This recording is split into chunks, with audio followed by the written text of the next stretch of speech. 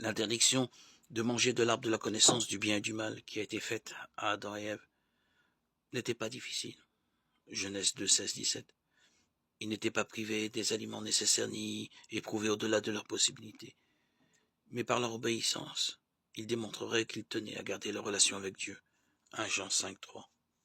Il y a des gens qui pensent que les rapports charnels entre l'homme et la femme étaient le fruit défendu. Mais il n'en est rien, car Dieu leur avait dit auparavant. Soyez féconds, multipliez, remplissez la terre.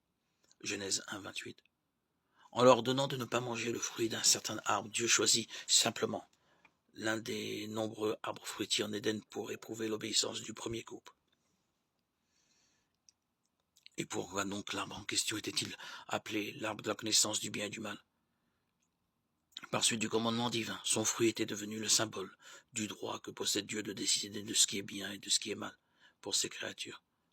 Si Adam et Ève mangeaient ce fruit, ils montreraient par là qu'ils tournaient le dos à leur Père céleste et rejetaient sa direction et sa volonté parfaite. Quoique simple, cette épreuve impliquait beaucoup de choses. Elle touchait la dépendance de l'homme vis-à-vis de son Créateur et sa soumission à l'autorité divine. N'oublions pas que Jésus-Christ applique aux hommes imparfaits cette règle.